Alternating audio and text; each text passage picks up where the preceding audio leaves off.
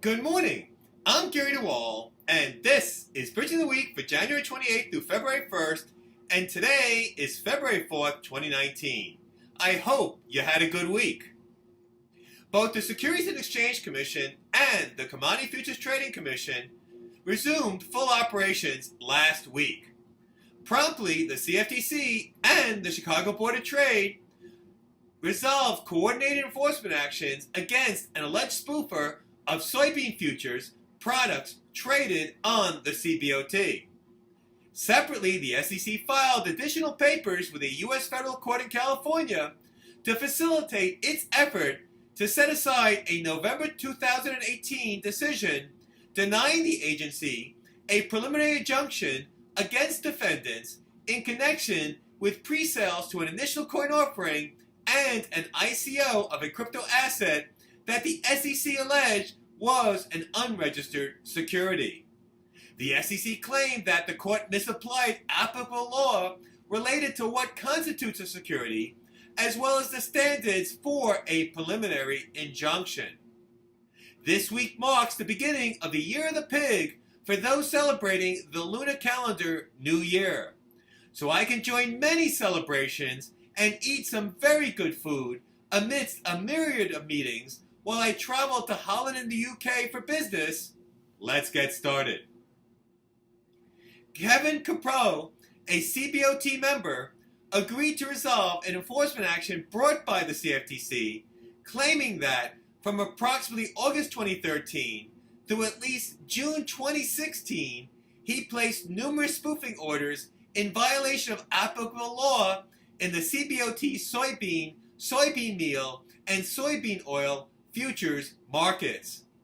Mr. Capro contemporaneously settled a disciplinary action filed by the CBOT related to the same allegations. According to both the CFTC and CBOT, during the relevant time, Mr. Capro placed smaller bids and offers on one side of the market using automatic spread placing functionality, while placing larger orders on the opposite side of the same markets. He intended to entice market participants to purchase or sell his smaller orders, and if successful, he then canceled his larger orders, alleged the CFTC and CBOT.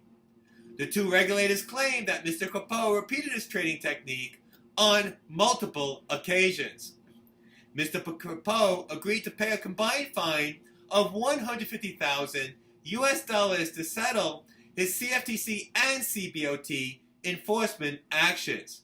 He also agreed to not trade futures contracts or related options, swaps, or certain other enumerated financial instruments under the CFTC oversight for 4 months. This matter was prosecuted at the CFTC by the recently specially designated Spoofing Task Force. Disruptive trading cases clearly are not going away. The SEC asked a U.S. federal court in California to reconsider its November 2018 denial of a preliminary injunction against defendants accused by the agency of engaging in a fraudulent and unlawful offer and sale of securities because the SEC had not demonstrated that the crypto assets purchased by investors were securities under applicable law. In October 2018, the SEC successfully obtained a temporary restraining order against the defendants, Blockvest LLC, and its chairman and founder, Reginald Buddy Ringgold III, aka Rasu Abdul Rahim L., claiming that they engaged in fraud and the offer and sale of unregistered securities, crypto assets called BLVs, that initially were sold through pre-sales to an initial coin offering and an ICO. The SEC initially argued for a rehearing of the preliminary injunction denial in December 2018, claiming that in its November decision, the court misapplied existing law in saying that the SEC must prove an investment is a security based on the beliefs of individual investors rather than an objective measure of the nature of the investment being offered to the public, and imposed a quote-unquote artificially high burden on the SEC to obtain injunctive relief. The SEC claimed that the defendants promoted BLVs as if they were securities, and their purported wrongful conduct did not stop until after the court imposed a temporary restraining order and the defendants retained counsel. The SEC argued that not granting a preliminary injunction solely because defendants promised to stop their offering ignored the gravity of defendants' alleged prior unlawful conduct.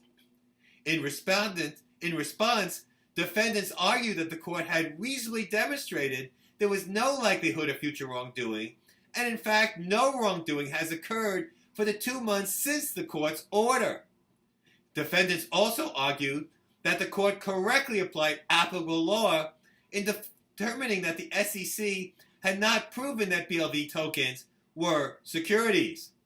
According to defendants, the court properly concluded that the SEC provided quote-unquote no evidence to support that investors' expected profits, for example, capital appreciation derived from, quote, the development of their initial investment, end of quote, or a sharing of earnings generated from the use of their invested funds, as they were required by applicable judicial precedent.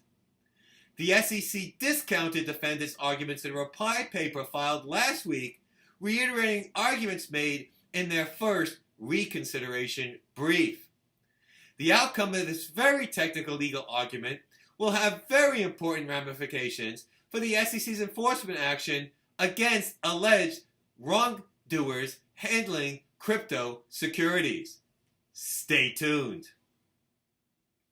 And finally, CFTC Chairman J. Christopher Giancarlo and new Commissioner Dan Berkovitz recently identified different concerns regarding current regulations pertaining to swap execution facilities and trade execution requirements and the optimal path to reform existing obligations.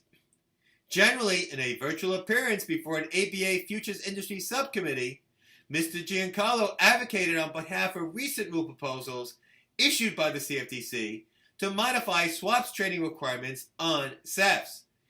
In its proposals, the CFTC recommended, among other things, amending the definition of a SEF to include certain swap brokering entities, including interdealer brokers and aggregators of single-dealer platforms, broadening the scope of the mandatory trade execution requirement to include swaps subject to a clearing requirement and listed by a SEF or designated contract market for trading, eliminating the current requirement that SEFs offer only order book or request for, quote, methods of execution, and instead authorize SEFs to utilize more flexible alternative means of execution subject to enhanced disclosure requirements, and modifying the current mandate that SEFs offer participation on impartial and non-discriminatory basis to solely require transparent, fair, and non-discriminatory access to all quote-unquote similarly situated market participants.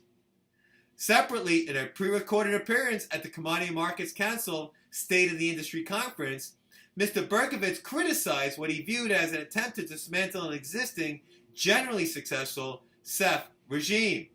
According to Mr. Berkovitz, quote, there is plenty of data and economic evidence showing that the Commission's current SEF rules have led to more competition, greater liquidity, more electronic trading, better price transparency, and lower prices for swaps that are traded on regulated platforms, end of quote.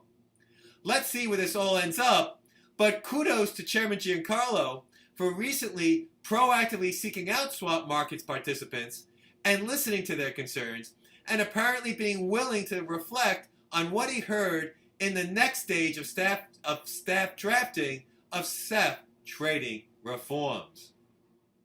Well, that's it for this week's edition of Bridging the Week. As always, there is more information in each article and more articles on the article version of Bridging the Week on the website. Check it out. I'm Gary DeWaal. Happy New Year to all my friends, colleagues, and my wife celebrating the Lunar New Year. And until the next regular edition of Bridging the Week in 2 weeks, ciao.